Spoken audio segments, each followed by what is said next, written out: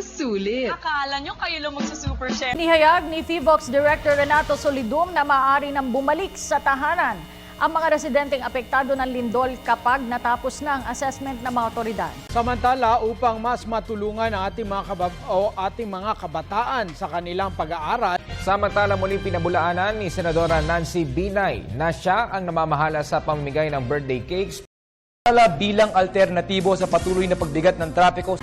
Senator Ralph Rector remains hopeful that the decision of several members of Samantala, magagamit na ni incoming President Rodrigo Duterte ang bagong Department of Information. Samantala, nasa huling bahagi na ng final verification ang mga balotang na The Bangka Sentral ng Pilipinas tripled its losses as of October 2012 as high expenses due to PESO intervention. Sexual harassment was among the topics discussed in the Gender and Development Orientation Workshop. Samantala, naging mabilis ang unang araw ng pagbibilang ng boto ng Kongreso. Nangunguna si incoming President Rodrigo Duterte.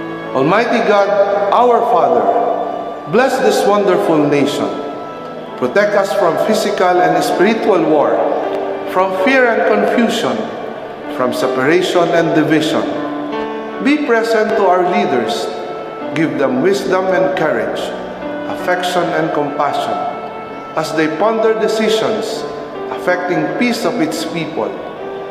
Make us more deeply aware of our beginnings, remembering not only our rights, but also our duties and responsibilities as a citizen. Make this nation, the pearl of the Orient Seas, to be a great place again. May all its people know clearly your will, that they may fulfill the call for us in the salvation of this land and the restoring of all things.